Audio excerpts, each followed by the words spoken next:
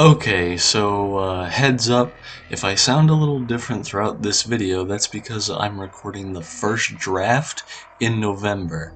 On the 4 final days between the Thankfist stream I'm going to be doing and the release of Security Breach, which also happens to be when you're probably seeing this, I'm going to make some final adjustments and additions to this video using ideas that I'm hopefully going to have a discussion with my Twitch chat on. Because I want to be able to have it done in a fairly quick amount of time, but also have time to take a step back and look at the bigger picture.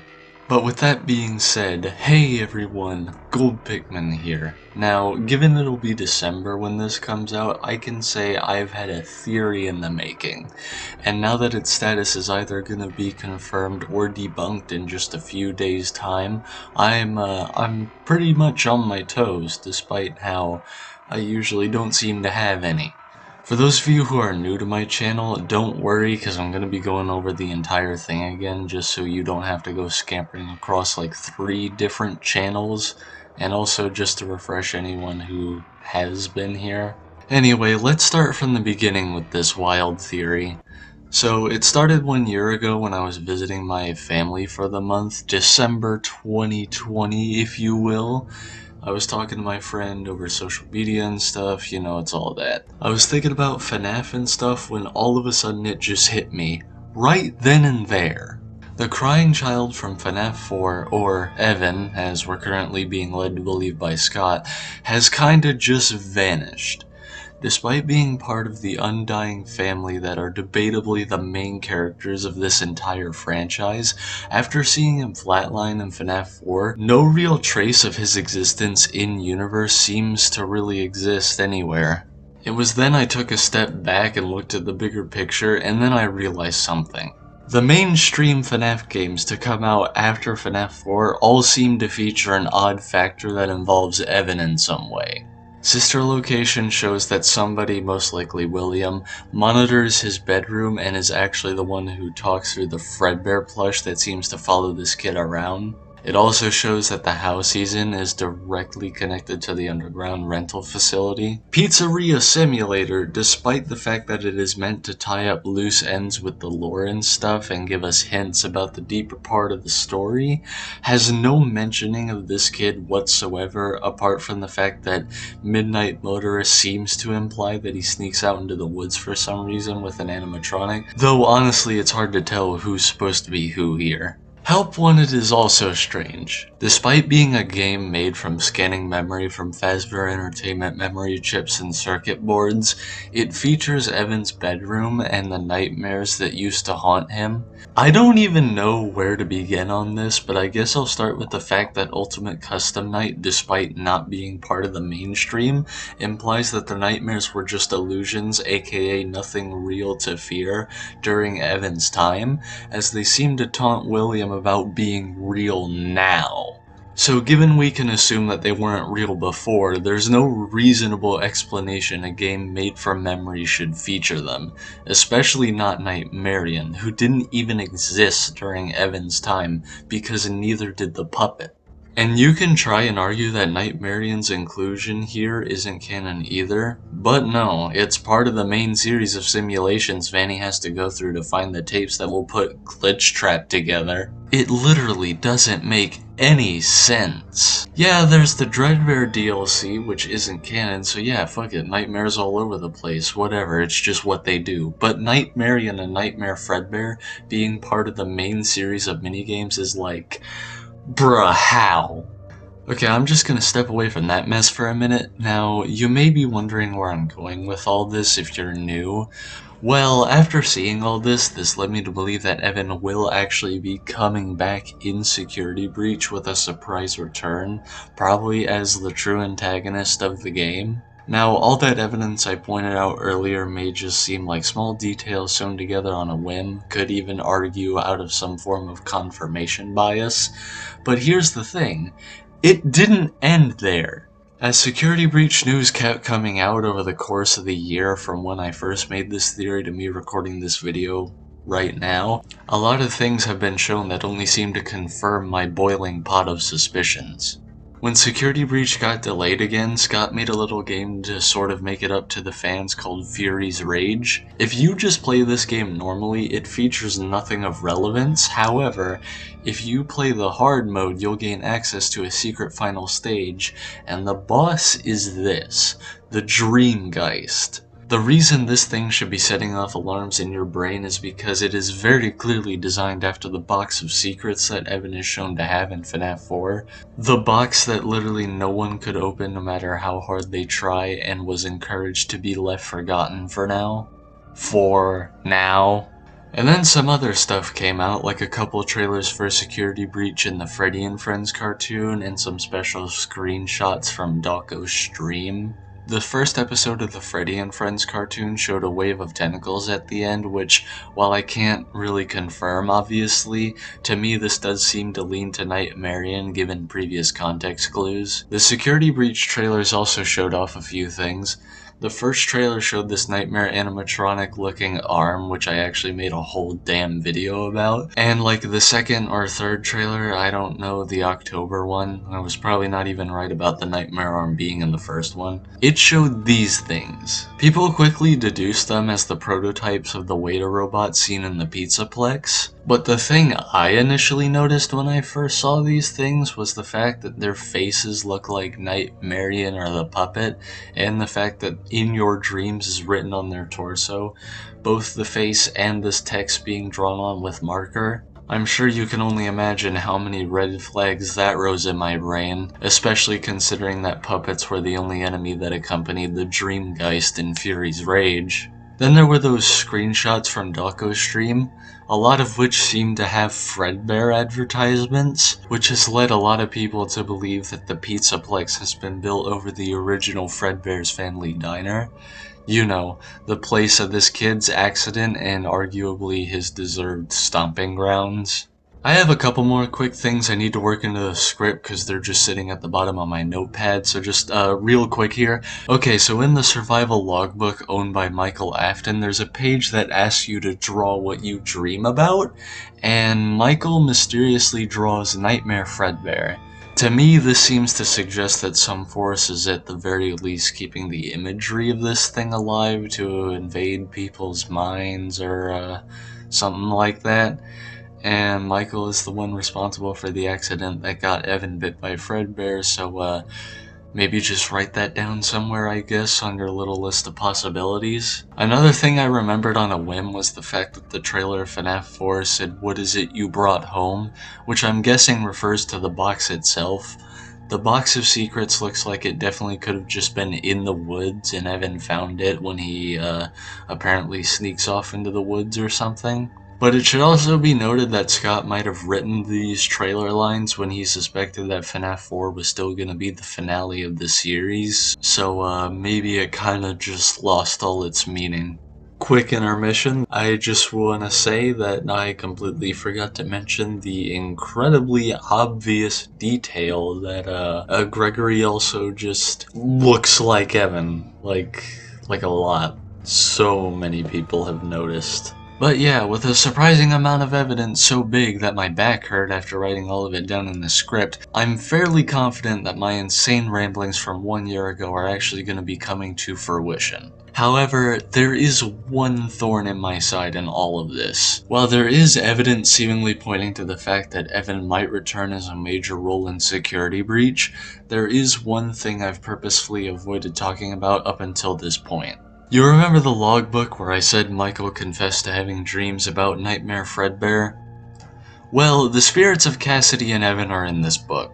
While Michael writes in the book with a red pen, Cassidy speaks through this faded text, and Evan has to communicate by altering the pre-existing text of the book to say what he wants to say. And judging by his responses to Cassidy's questions, he seems to be in a slum, only really able to vaguely hear sounds, and seemingly amnesic too. How can someone in such a position possibly be the biggest return in the series? Well, I'll get there in a bit, because there is one last thing I want to mention here. If you're a fan from the early FNaF days, you probably know about Schubert's Serenade. It's a classical song that Scott used a music box version of in two very particular scenes of the FNaF games. Those being the Shadow Bonnie minigame and the scene where Evan finally flatlines in FNaF 4 after being bitten. The use of it in only these two scenes struck me as really odd when I realized this. In the former scenario, it made sense given that you were drawing close to finally bringing peace to decades of undying torment to the missing children. The falling action before the conclusion of the first 3 games and the characters we've known about during this time, and honestly, it does make you feel it. The use of it in FNaF 4 was odd to me though, cause Evan as a character at the time was not someone we were familiar with, nor really had the time to grow attached to, and yet his death is treated leagues more ceremoniously than Elizabeth and Michael were in Sister Location, or basically anyone who's died after that.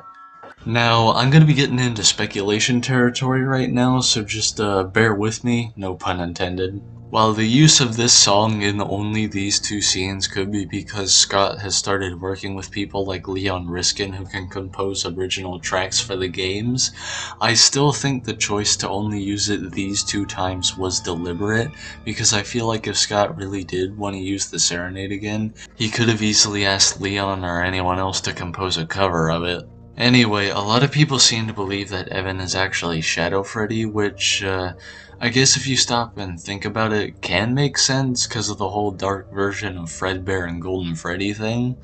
But the Serenade also seems to link him to Shadow Bonnie or Rukfus Vosk, who seems to be more symbolic of Shadow Bonnie, which Evan doesn't really have a link to. So I guess the question is, could Evan really be the Shadow animatronics? Possibly.